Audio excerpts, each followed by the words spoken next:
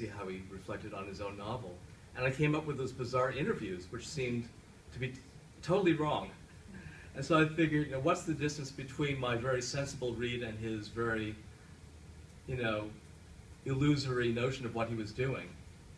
And so I was sort of given the incentive to try to figure out what else could be going on in the novel. So that was really kind of a prompt to get me to think outside the ways I was usually thinking about it. And I had to try to find some redemption, and it didn't look anything like what he had in mind. But I do think that I mean, I think I'm right, of course, you know, that there's a kind of inexactitude that goes outside the usual rational systems of exchange and is very human, right? It doesn't take part in any kind of the monetary or the other kinds of scales of exchange that the novel sets up. And I think that's what art is for, exactly, as Doris was saying too, is thinking outside of systems in unexpected and perhaps very, very idiosyncratic ways, and maybe only in ways that circulate between two people, right? It sort of breaks down the demand that has a massive scalar efficiency. And we can see efficiencies taking place at different scales and of different natures. So, but I'm glad you liked that because I really worked hard on it. But I wouldn't have done it if it hadn't been for this, you know, cognitive dissonance that took place when I read his interview. So I really encourage everybody, if you're going to write a chapter on literature, be brave and look at the interviews and see how authors think that they're really working, and then see how you're going to work through that. Yeah. Doris, did you want to say something? Well, I would like to hear from students too. Yeah. I'm always tempted to intervene, but yeah, we talked. So, any students here? Yes. Oh, I still want to get back to the okay. animal. Okay. Stu, why don't you sit down? I'm sitting down all day. So I want to get back to the animal thing. That to me, it was almost the exact theme I saw when I was reading the book, or felt when I was reading the book, is that Hailsham was like the Dumb Friends League. You adopt an animal, but you spay and neuter it so it can't reproduce, and then it's there to give happiness to your family. And when it gets old, well, and gets expensive to take care of, you put it down. And compared to puppy mills, which seemed to be what everything was on the outside, just generate all these you know, things in horrible conditions to serve the same need. So that was kind of my take on it, if you want to look outside the human side of things.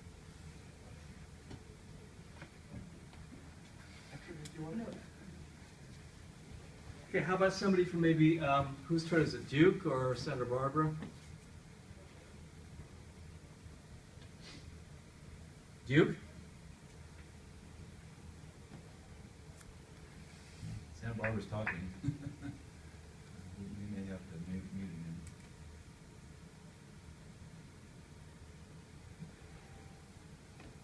Everyone's muted now. Hi.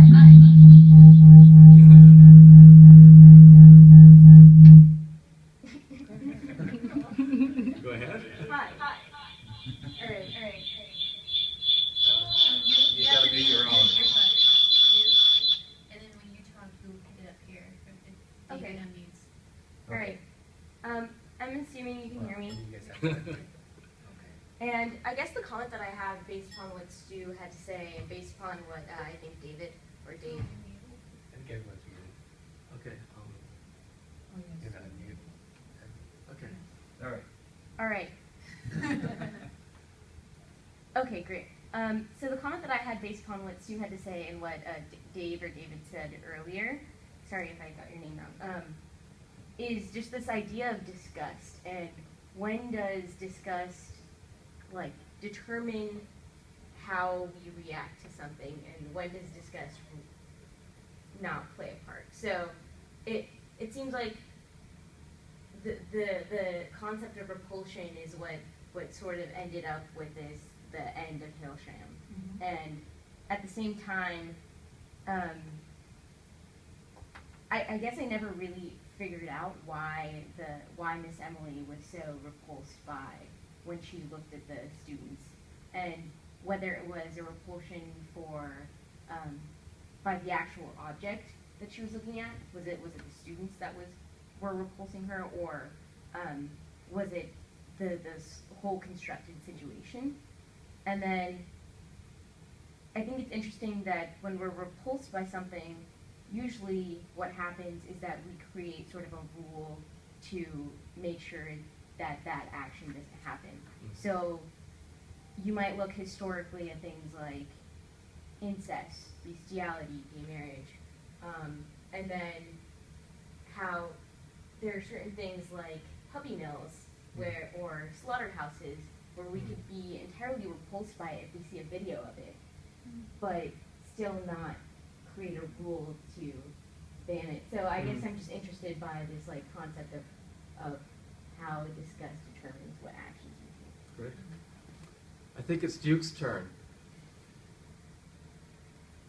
Duke? No, not. Oh, okay. So I think the discussed question, no? Yes. You're on. Okay.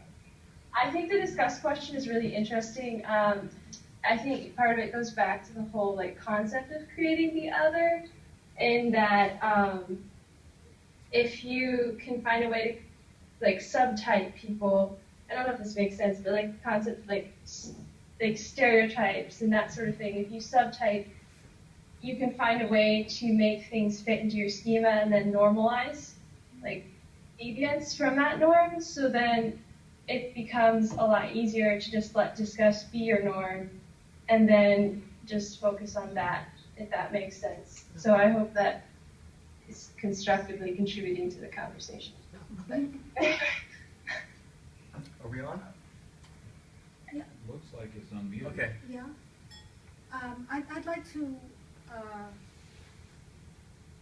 I'd like to make a comment here that's a general comment, but I hope it's pertinent. And that is that this to me is an incentive to bring Kant's aesthetics back into focus. Because Kant was probably much less interested in art than he was in politics and in morality. But he wrote his third critique on aesthetic judgment. And it's because the only way he can promote judgment is through aesthetics. That's his argument. All the other discourses are tinged with interests, with practical or moral interests. And I think that in David's consideration of the inexactitude of that which exceeds rational thinking, we're in the realm of judgment, and that's why aesthetics is such an important vehicle to confronting judgment. I mean, this is part of the interest that some legal theorists have in aesthetics as well. But Kant didn't only write about beauty as an incentive to judging in this free and disinterested way. He wrote about the sublime. And the sublime is about that which is scary and also that which is repulsive. And I am convinced, at least I convinced myself, that part of the reason for reviving a study of the sublime is to be able to work through inestimable differences. What do you do when you're just put off by a fellow citizen or an immigrant or a language that you can't even identify, let alone speak, or the smell of a food that turns your stomach? What do you do with that? If you are a civilized, rational, sophisticated, enlightened person, you work through that, realize that it's beyond you, and that the world is more wonderful because it's beyond you, and you're a small person. Your reason comes in to save you from fear and disgust. So there's a way of achieving a greater pleasure from a sublime prompt, which is unpleasant, than from a beautiful prompt, which is already pleasant. And so I think that the optimism at the end of your chapter, and I don't know if Chris would accept this, could be interpreted as a way of understanding disgust not as an end point, but as something to work through towards affirming a kind of life that we didn't expect, but that's made possible because we worked through that original displeasure.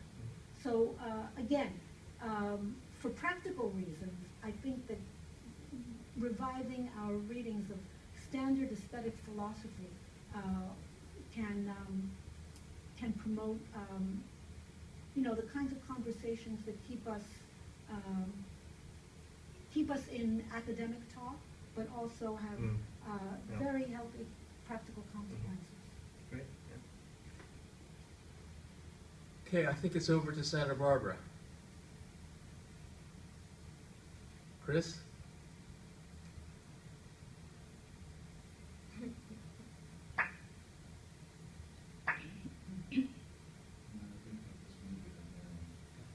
This is for you. Okay, there he is.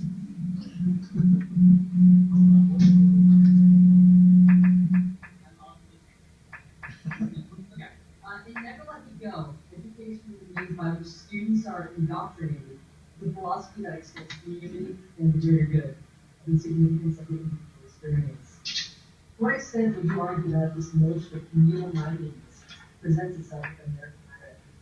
Seeing as how mindful students tend to be in regards to choosing areas of study, that would be seen as more marketable. Do you feel as though this popular consideration of social approval through marketability has the same types of ramifications in terms of the spirit of artistic mindedness in individual agency as the education system presented in There was a lot of echo.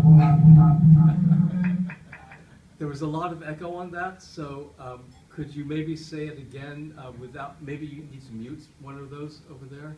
Or Chris maybe can say it, yeah? Because we heard Chris okay. Yeah, okay, why don't you turn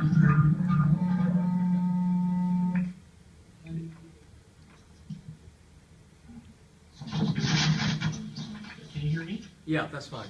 David? Okay, I really liked all these questions. I'll read the one that Phil just read. In Never Let Me Go, education as a means by which students are indoctrinated into a philosophy that extols community and the greater good over the significance of the individual experience. Actually, education is a means, sorry.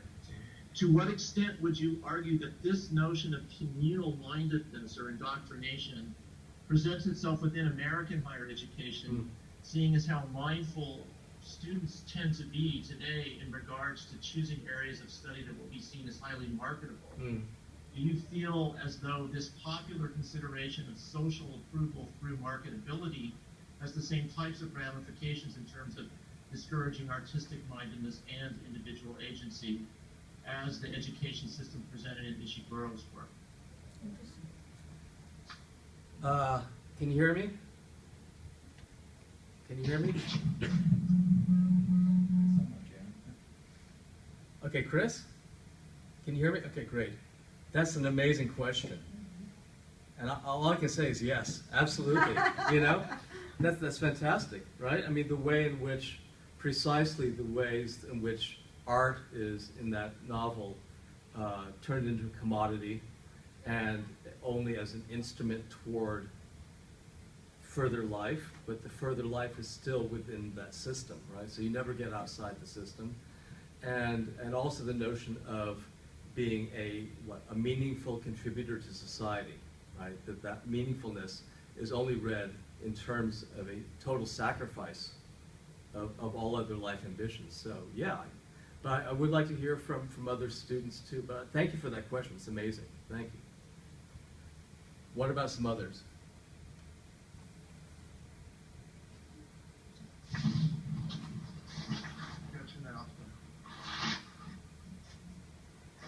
Okay, this is from Joanne, who's sitting over. Joanne, wave your hands.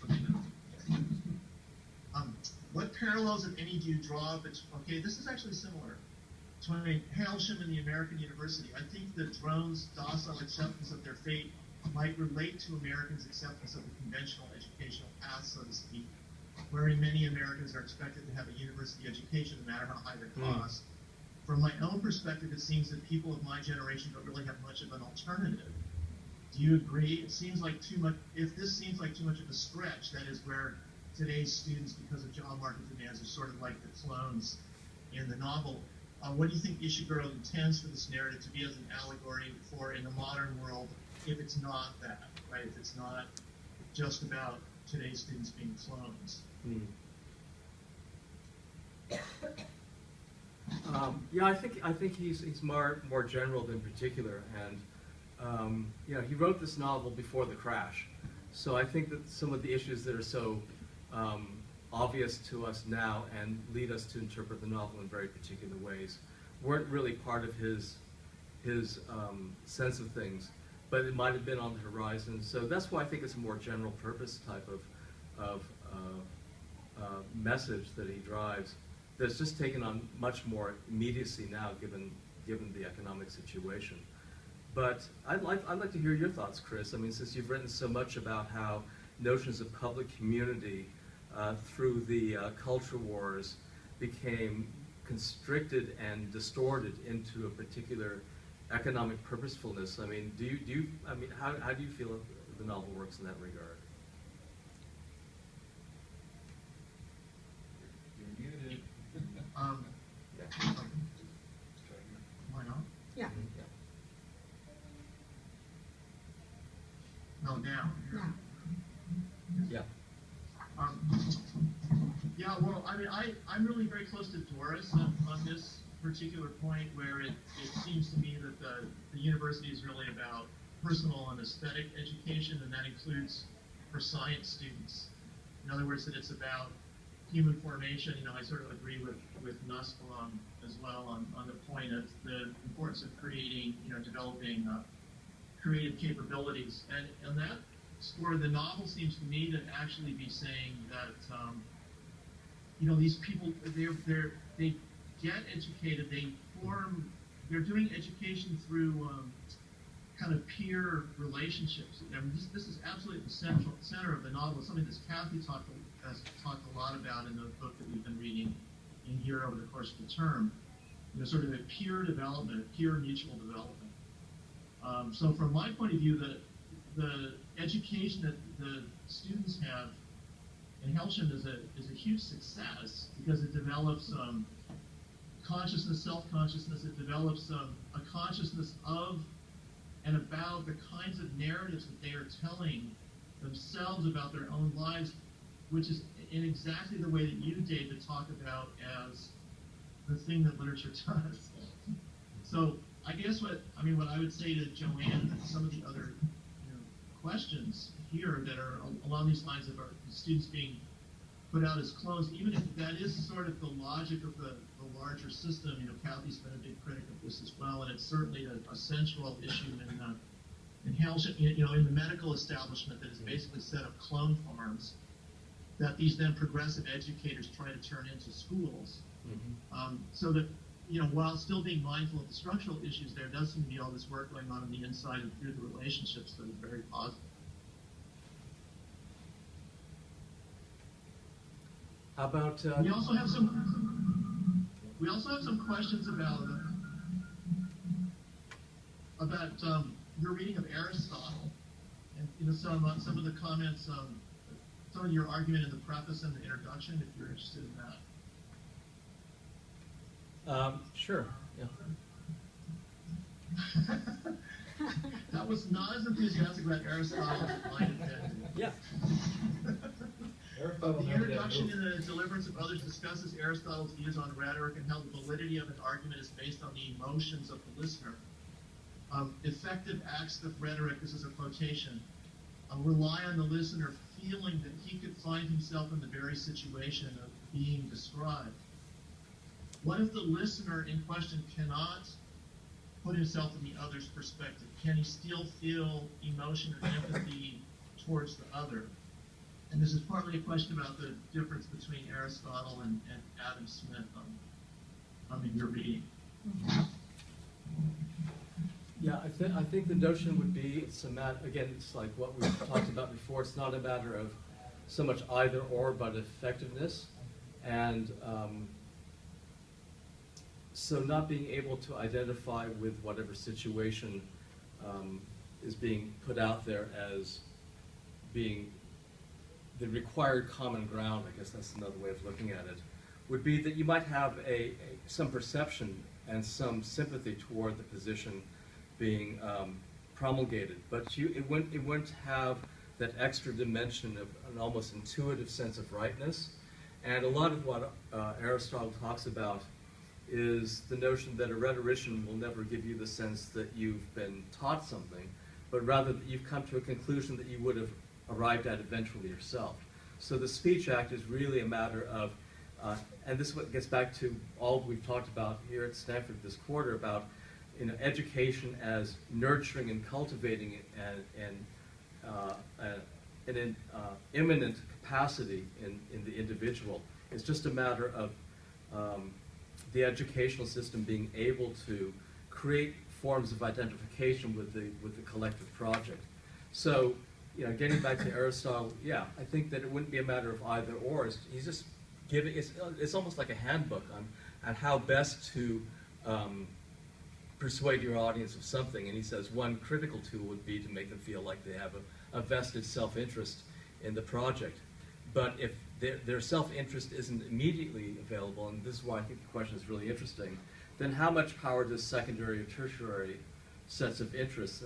This has huge political ramifications, because even if I'm not gay, but I can understand the consequences and the stakes behind gay marriage, there's a way for a rhetorician to play into my openness to the general liberal notion of individual rights versus persecution of groups, that they could tap into that secondary moment of identification, even if the most immediate one wasn't present. Did you want to go next, I think?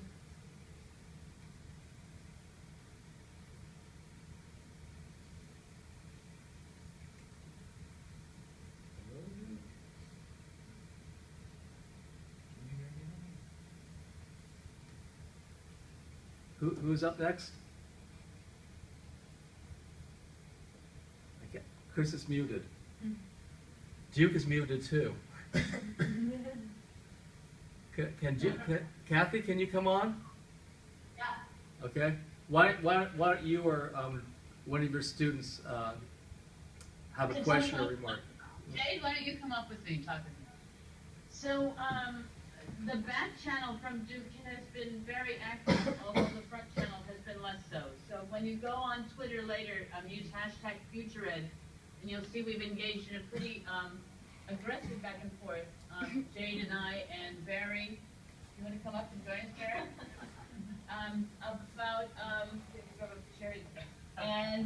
About this idea that we started talking about before class, but it's connected to it, which is the role of caste as a predefined social relationship that can both map onto what you were describing as an educational process of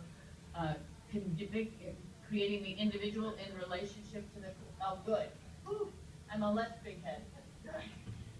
The individual in relationship to the collective. That sometimes that's voluntarism, but what's so brilliant about, and scary for me, but brilliant about the Ishiguro novel, is I think he really does a great job of interrogating how much is individual and how much is actually prescribed. So I always want to say Havisham, and that's not really the name of the school. What is it? Hale. Hailsham, thank you. Hailsham is, Havisham is from Dickens, of course. Right, Hailsham is both a representation of the society, but it also is, I think, a really great set of questions for all of us about where the individual ends and where institutions make us think that we are individuals, or make us think we're collectives that may not be just outside of our purview, but actually against our own self-interest, and what that role is in cultivating a false sense of security in a status quo that we might actually be quite excluded from.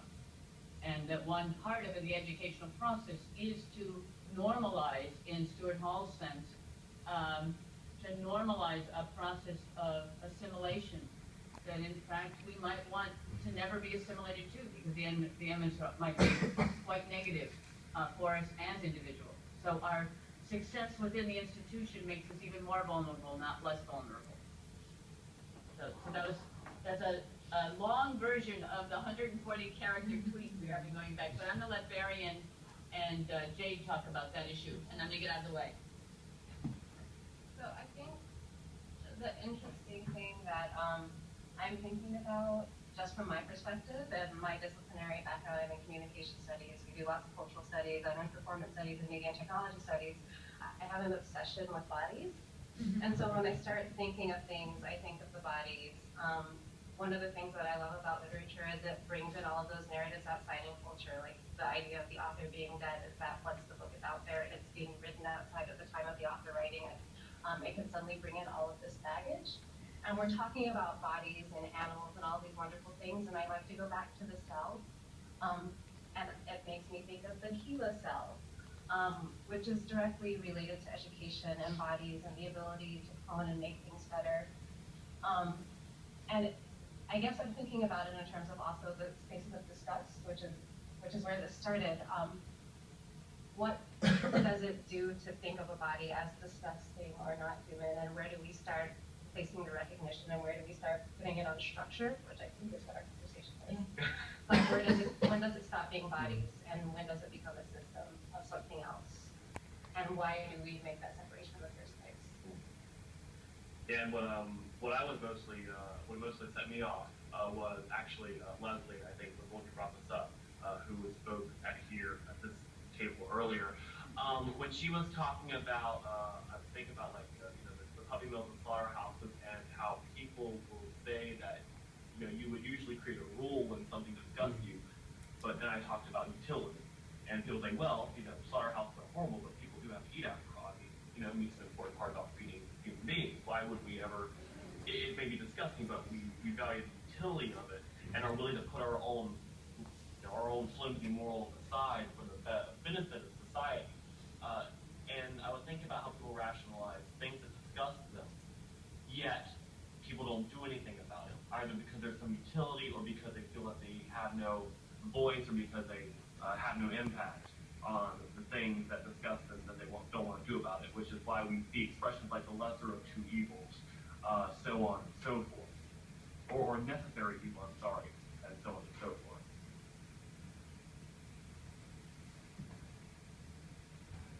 Yeah, I mean, I think that's a big part of what I tried to do in the book is exactly tap into those those points where you're toggling in between adequate reason and inadequate reason, or either to engage or disengage, right? And getting back to Kathy's comment as well, I mean, is it the individual, is it society?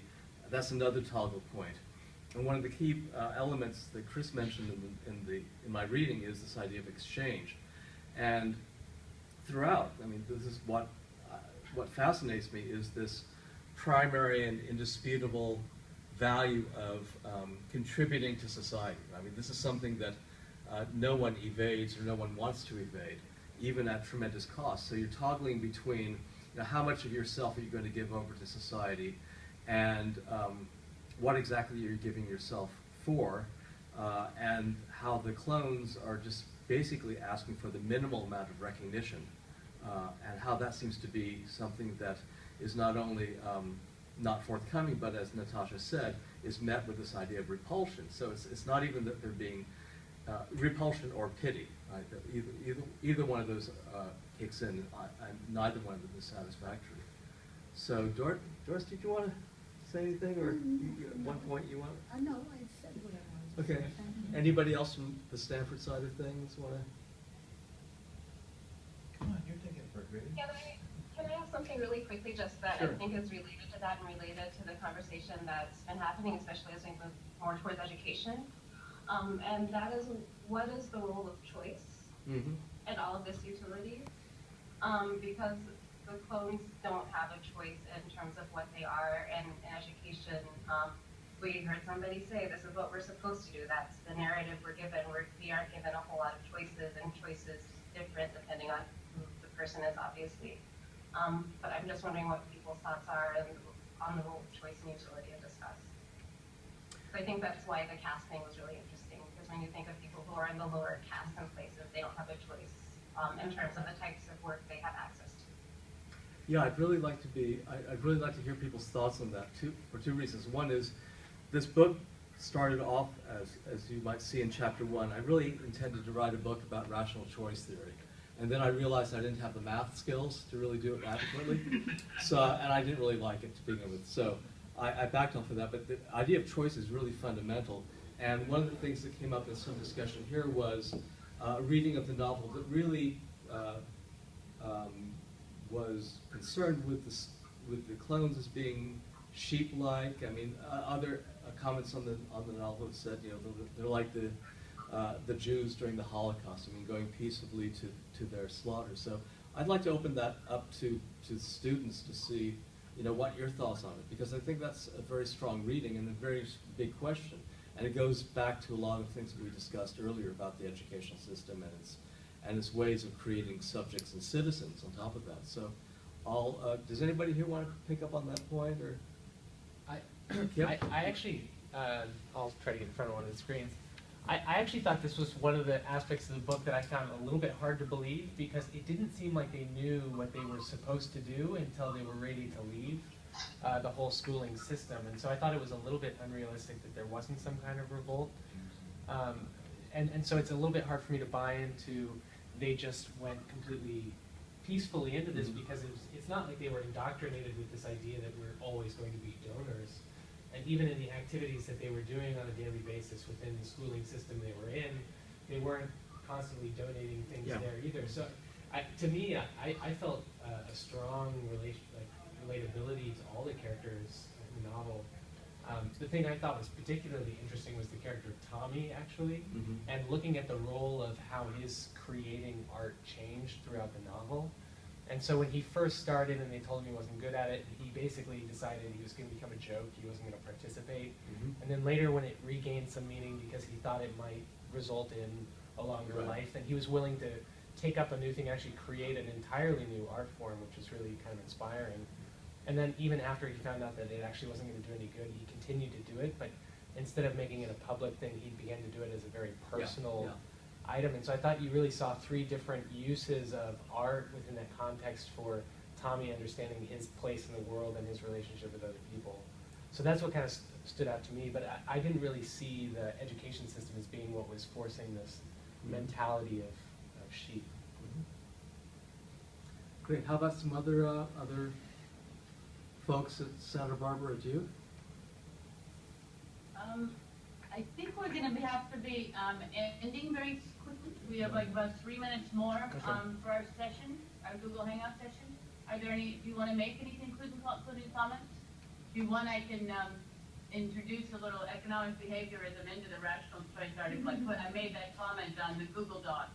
Please do. I really like the economic behaviorism's critique and slapback to rational choice theory, and it's very often very humorous experiments that show us how even when we think we know our own rationality and our own choices and our own will, we're actually the creatures of institutions that narrow their choices so finitely that we're really choosing, like we've been talking a lot about multiple choice tests in this exam. Actually, institutions set up a rather parallel situation where we're choosing the best possible answer among very, very limited choices. And a lot of what society and education does is teaching to the test.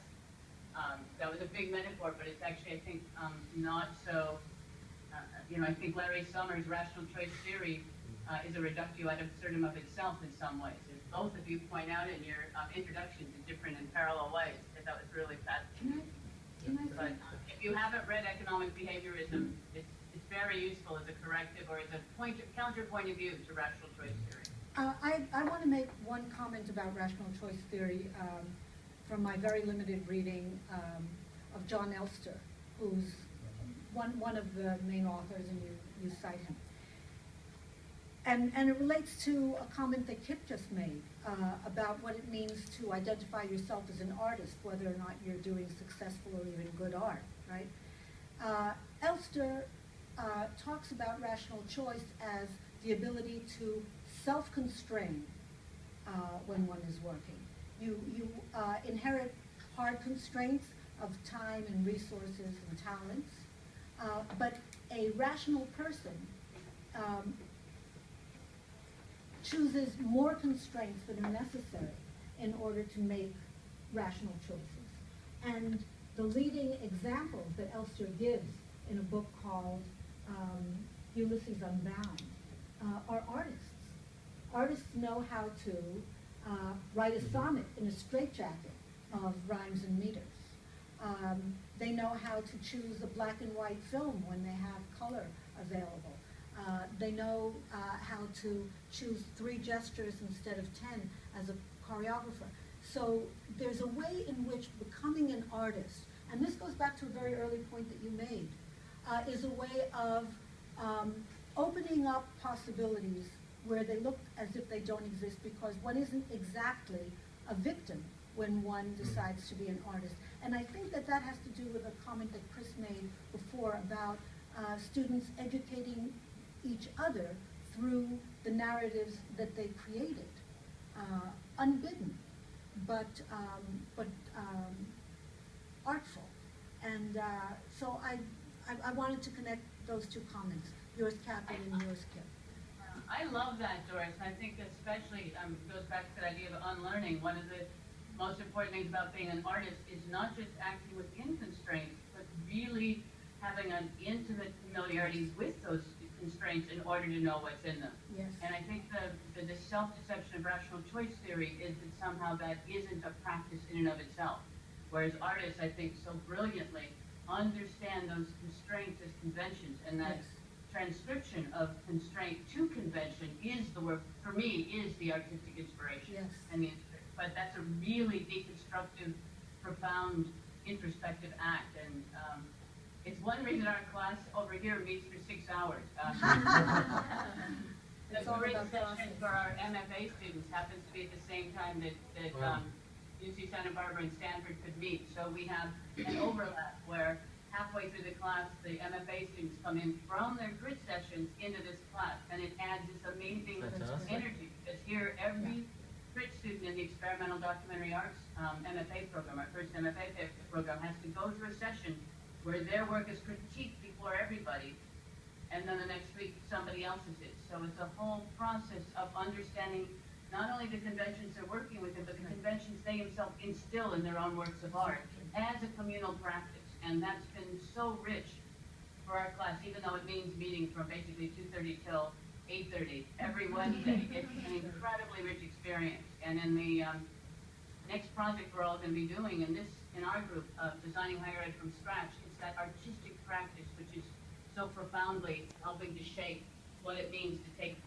things from scratch in the same way that individual ingredients are put into a recipe in order to make something from scratch, as opposed to package. Learning that. Wonderful.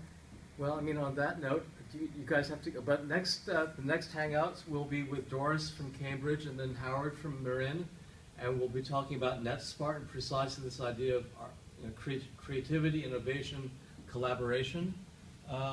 Chris, do you want to say any last words, or? Can you?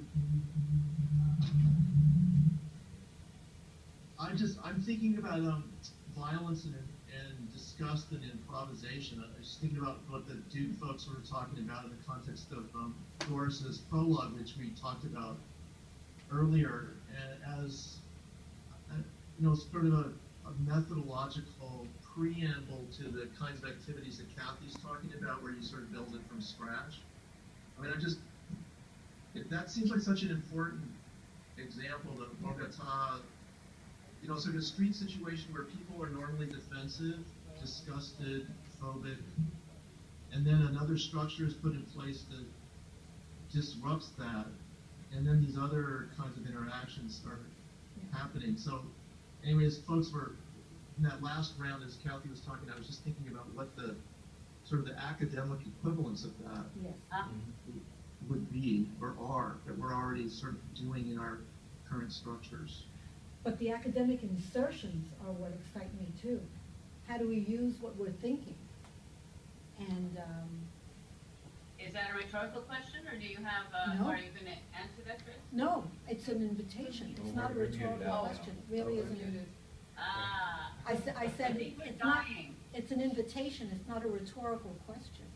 It's really an invitation to all of us to think about how what we do in the academy can intersect with changes we'd like to ignite. Perfect. That seems like the perfect place to end. Yeah.